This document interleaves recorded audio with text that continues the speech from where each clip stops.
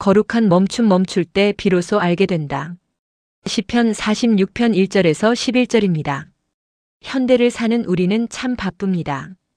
더 정확하게 말하면 우리는 멈추지 못하는 시대에 살고 있습니다. 사람들은 끊임없이 움직입니다.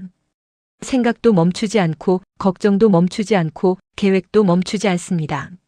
문제가 생기면 더 움직이고 불안하면 더 붙잡고 두려우면 더 애씁니다. 시편 46편의 상황을 보십시오. 땅이 변하고 산이 흔들리고 바다가 요동합니다. 마치 우리의 인생처럼 모든 것이 무너질 것 같은 상황입니다. 그래서 우리는 무너지지 않으려고 더 붙잡고 더 애쓰고 더 움직입니다. 그러니 멈출 수가 없습니다. 더 안타까운 것은 고난주간인데도 우리는 멈추지 못한다는 것입니다. 멈추려 하면 오히려 더 불안해지고 멈추려 하면 더 저항이 일어납니다. 그때 하나님은 말씀하십니다. 가만히 있어라, 내가 하나님 됨을 알지어다. 문제는 우리가 몰라서가 아닙니다. 멈추지 않아서 하나님을 모르는 것입니다. 가만히 있어라. 이 말씀은 단순한 위로가 아닙니다. 하나님의 명령입니다. 이 말은 아무것도 하지 말라는 뜻이 아닙니다. 포기하라는 것도 아닙니다.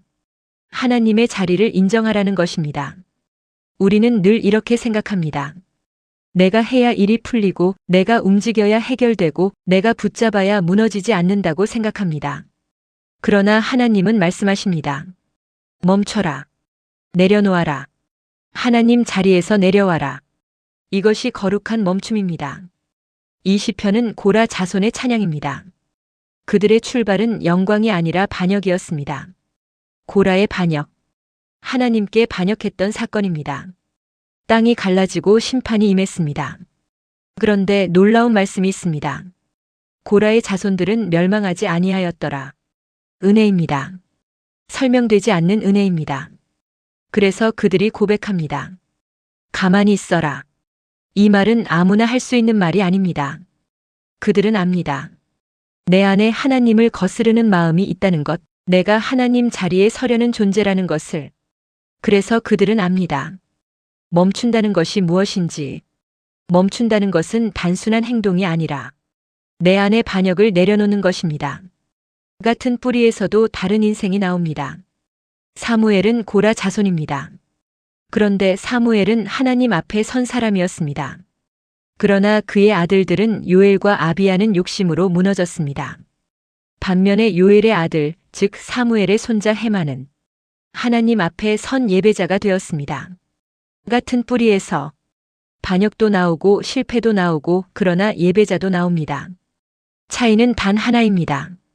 멈췄느냐 계속 갔느냐입니다. 반역을 멈춘 자리에서만 하나님은 하나님으로 드러나십니다. 이제 고난주간입니다. 십자가를 보십시오.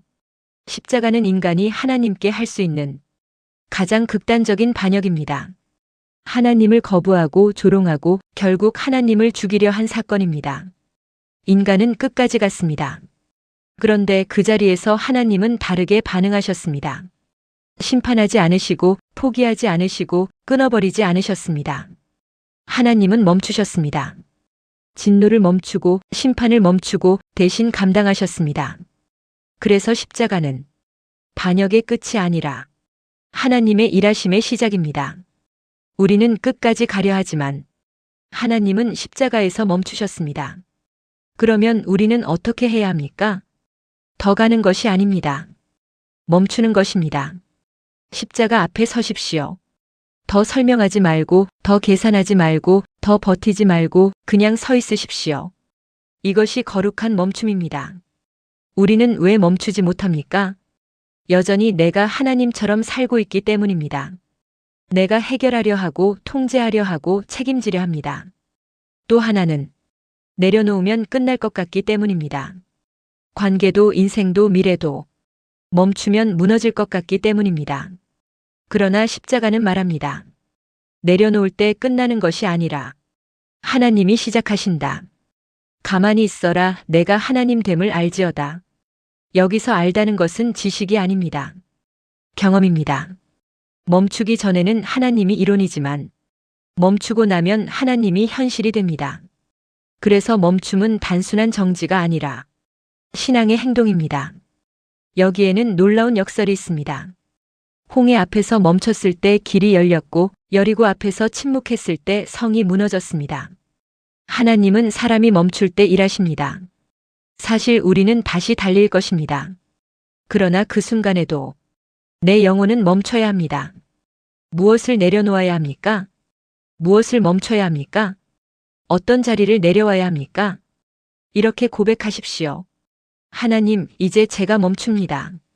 여러분, 십자가는 인간의 반역이 끝까지 간 자리입니다. 그러나 동시에 하나님의 사랑이 끝까지 간 자리입니다. 그 앞에서 계속 가는 사람은 보지 못합니다.